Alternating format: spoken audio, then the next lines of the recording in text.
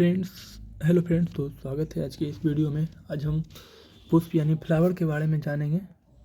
Flower के कौन कौन से अंग होते हैं और फ्लावर में मतलब पुष्प में जनन का अंग क्या होता है, किस तरह से होता है, तो इसके बारे में जानते हैं। तो सबसे पहले आप हमारे चैनल पर नए हैं तो चैनल को लाइक कीजिए और वीडियो को लाइक करके चैनल को सब्सक्राइब कर लें।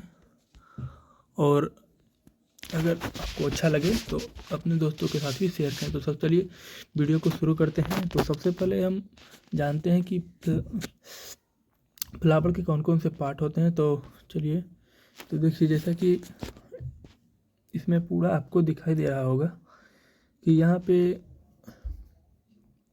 सबसे पहले जो नीचे से यहाँ पे जो भाग होता है, बाहरी भाग जो पुष्प के नीचे होता है, उसको वायदल बोलते हैं। इसको वादल बोलते हैं। उसके बाद यहाँ के बाद जब पुष्प का ये जो बाहरी दल होता है, इसको दल बोलते हैं। ये सबसे पहले जो ग्रीन वाला हमारे पुष्प में जो होता है उसको दल बोलते हैं, बादल बोलते हैं। उसके बाद जो पार्ट आता है उसको दल बोलते हैं। दल के बाद आता है ये जो देखते होंगे पुष्प में इस तरह की लंबी लंबी सी रहता है। उसके बाद यहाँ पे ये जो रहता है तो इसको पुंततु कहते हैं। और इसके बाद फिर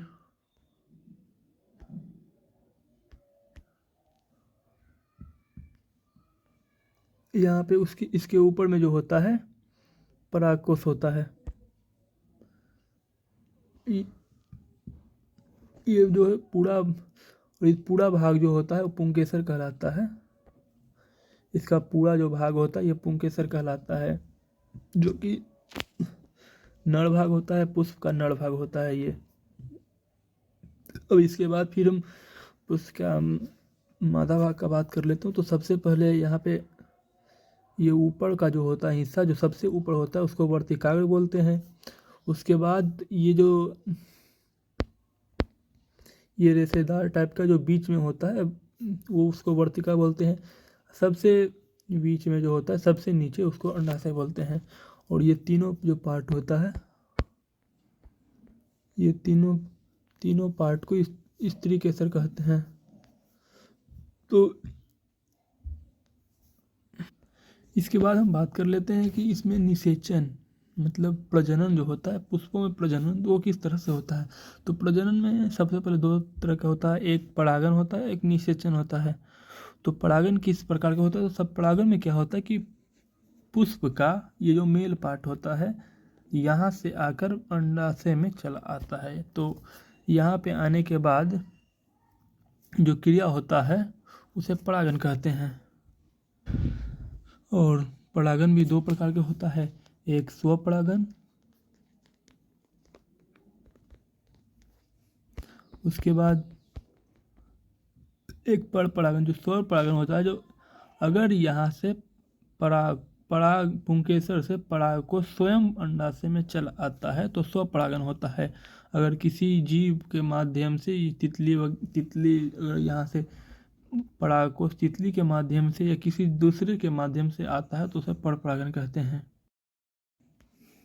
जैसा कि अभी हम आपको बताएं कि जो वर्तिका एवं अंडाशय जो होता है वो मादा का भाग होता है, और ये जो परागकोश दल फिलामेंट ये जो होता है ये नर का भाग होता है। तो इसके बाद चलिए हम चलते हैं तो परागकण। तो परागकण कैसे होता है? तो परागकण में क्या होता है कि ये जो नर का जो पार्ट होता है परागकोश यहाँ से आकर अंडाशय में प्रवेश करता है। जब अंडाशय में प्रवेश करता है तो इसी क्रिया को, प्रवेश करने की क्रिया को परागन कहते हैं। और परागन दो प्रकार के होते हैं। सबसे पहले तो स्वपरागन जो मतलब कि खुद ही अगर हो जाता है यहाँ पे पुष्प में तो उसको स्वपरागन कहते हैं। उसके बाद परपरागन। तो परपरागन में क्या होता है कि किसी जीव के माध्यम से जो क्रिया होती है, जैसे तितली बैठी यहाँ पे, यहाँ के बाद यहाँ पे बैठ गई, तो इस तरह से जो क्रिया होती है इसे परपरागन कहते हैं। तो इसके बाद चलिए अब हम समझते हैं पुष्पों में निषेचन किस प्रकार से होता है। चलिए तो अब हम बात कर लेते हैं निषेचन के बारे में। तो निषेचन में क्या होता है, पराग नली बीजांड में प्रवेश करता है और बीजांड निकाय को भेदती हुई भ्रूण कोश तक पहुंचता है और परागकणों को वहाँ पे छोड़ देता है। यहाँ से परागकण को यहाँ पे भ्रूण कोश यानी अंडाशय में छोड़ देता है और यहाँ पे संयोजन से जो संयोजन होता है उसे ही हम निषेचन कहते हैं। निषेचित अंड युग्मक जो होता है वो जाइगोट कहलाता है। तो इस तरह से पुष्पों में निषेचन होता है। तो आशा करते हैं कि आप वीडियो को अच्छे से समझे होंगे इस टॉपिक को। अगर आपको कहीं कोई दिक्कत लगता है तो आप कमेंट में ज़रूर बताएं। जय हिंद।